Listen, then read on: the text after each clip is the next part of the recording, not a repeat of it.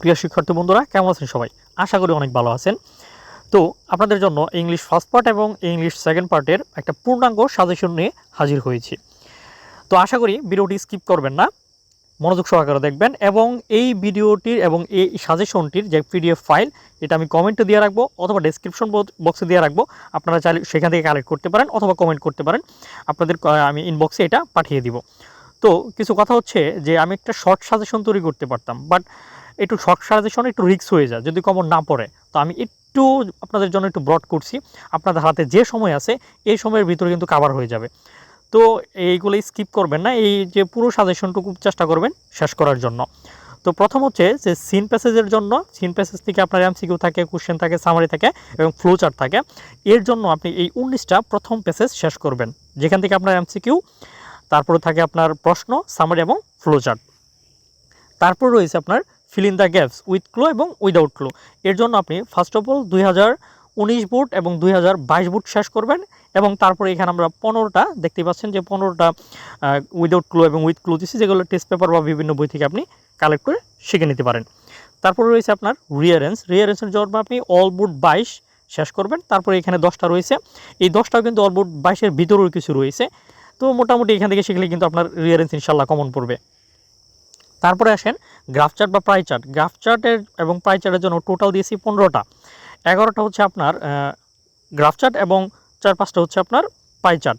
তো চিন্তা করতে পারেন যারা ফ্রি হ্যান্ড রাইটিং আছে তারা একটা গ্রাফ চার্ট শিখে কীভাবে অনেকগুলা গ্রাফ চার্ট আপনার বানিয়ে লেখা যায়, মানে একটা গ্রাফ চার্ট দিয়েই অনেকগুলা কিন্তু গ্রাফটা লেখা যায়। সো ওই পদ্ধতিটা অবলম্বন করতে পারেন। আর যদি বলেন যে না আপনার মুখস্থবিদ্যা ভালো আছে, তাহলে সবগুলা গ্রাফ চার্ট একটু দেখে যেতে পারেন আপনি। এরপরে কমপ্লিটিং স্টোরি, যেটা বললাম যে কমপ্লিটিং স্টোরিটা কিন্তু আপনার আসে ট্রেডিশনাল স্টোরি এবং ক্রিয়েটিভ স্টোরি। পরীক্ষায় কিন্তু ক্রিয়েটিভ স্টোরিগুলো বেশি আসে এইচএসসিতে, ঠিক আছে। তারপরেও ট্রেডিশনাল এবং ক্রিয়েটিভ স্টোরি আমি মিলিয়ে আপনাদের জন্য 20টা দিয়েছি। আশা করি ইনশাল্লাহ এখান থেকে এই 20টা থেকে আপনার কমন থাকবে। তো এই স্টোরির জন্য আপনাদের আরেকটা সাজেশন দিয়ে বলবো, যদি আপনার ফ্রি হ্যান্ড রাইটিং ভালো থাকে স্টোরির বাংলাগুলা মুখস্থ রাখবেন এবং চেষ্টা করবেন সেগুলো বানিয়ে লেখার জন্য। তারপর রয়েছে প্যারাগ্রাফ, ডেসক্রিপশন এবং কম্পেয়ার কন্ট্রাস্ট প্যারাগ্রাফ আসে আপনাদের। ডেসক্রিপশন এবং কম্পেয়ার কন্ট্রাস্ট দুই ধরনের প্যারাগ্রাফ, এর জন্য আপনার 16টা প্যারাগ্রাফ দিছি আপনাদের জন্য ইনশাল্লাহ। এদের ভিতরে হচ্ছে কমন হচ্ছে 2 নাম্বার, এটা কিন্তু common, online education, conventional education.